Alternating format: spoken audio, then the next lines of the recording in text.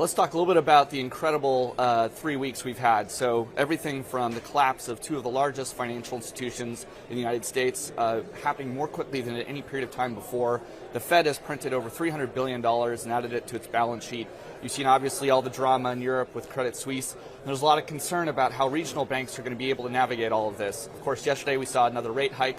All of these things are conspiring to remind us why having an always-on, peer-to-peer, decentralized digital cash system for the internet is more important now than ever.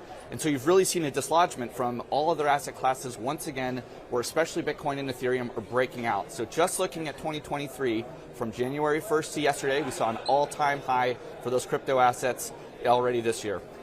In terms of, for many years, people have been telling me, Bitcoin, digital gold, and it never really panned out that way. Bitcoin for a number of years has sort of traded in lockstep with equities, in particular with the NASDAQ.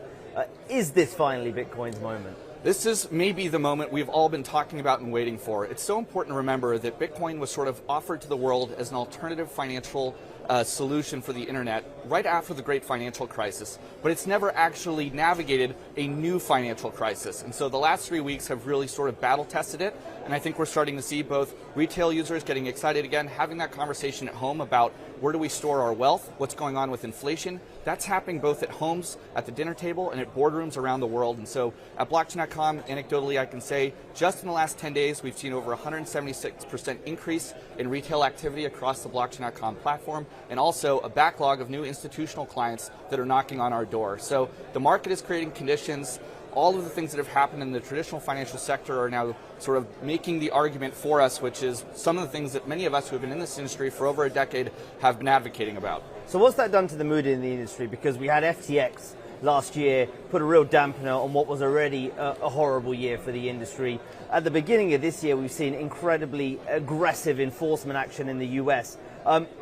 But at the same time, resilience in terms of prices, and you're mentioning to me that you're seeing an uptick in activity. So is that telling us in any way that the industry is emerging from this crypto winter? Yeah, I think this event here in Paris is really sort of emblematic of that. 2022 was obviously a difficult year for all of tech. Crypto was not not exemplary in that market either. But already in 2023, you can feel the energy here in Paris. The City of Light, engineers, entrepreneurs, and artists have all come together here at the Louvre. There are more people in attendance than I've seen at events in the last 6 months. So I feel the momentum shifting, but it's important to understand that crypto is quite cyclical. There are bear cycles and bull cycles, and they sort of follow a similar pattern. Now, history doesn't exactly repeat. It rhymes, but you usually have sort of an okay year, an incredible year with large amounts of user growth, a pretty bad year where things correct and a lot of the hype gets blown out, a lot of the products that were sort of developed don't find that user and product market fit, and then you have sort of a year where it bubbles up again. And I think if you're looking at this year, we're sort of starting to see that trend play out again. Yeah, it chimes with sort of some of the things other people have been saying. A couple of other people told me they're expecting Bitcoin to hit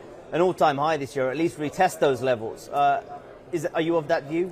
Look, I think if the last 3 weeks are any indicator of how things may go this year, I'm very cautiously optimistic. The macro conditions are certainly playing in our favor, but also there's a really important event which will happen next year, which is the total supply of Bitcoin will halve again. So Bitcoin has a very predictable inflation schedule. We know exactly what's going to happen. It's deeply programmed into the core technology and code itself. And so the total supply of Bitcoin will decrease. And as that moment gets closer to happening, everyone starts to educate the market again about these important supply and demand dynamics. And so we're quite encouraged about all these things kind of happening together, and I think quite encouraged for the future. What are the biggest risks you see ahead at the moment for the industry? Is it regulation? No, so regulation has always been entangled with financial services and building new products that help people control and manage their wealth. I mean, we're obviously seeing some important news come out of the United States yesterday with the SEC sending a warning to Coinbase. Now, a lot of the details around that are still unclear, so we'll have to see how that all emerges.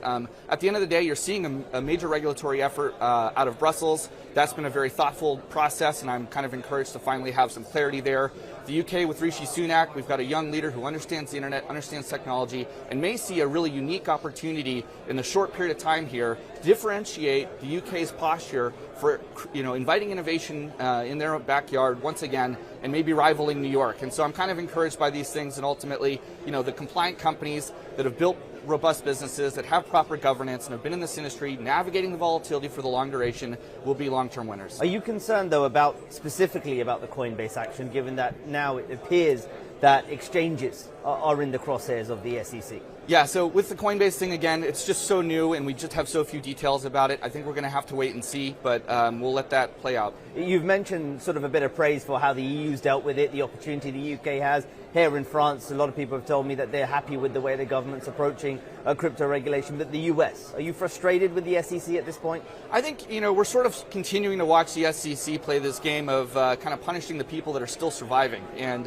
it's a little bit, sort of a frustrating thing to observe. But at the same time, they're trying to do their job to protect consumers. Everyone that runs a business also understands that. It's our core priority as well.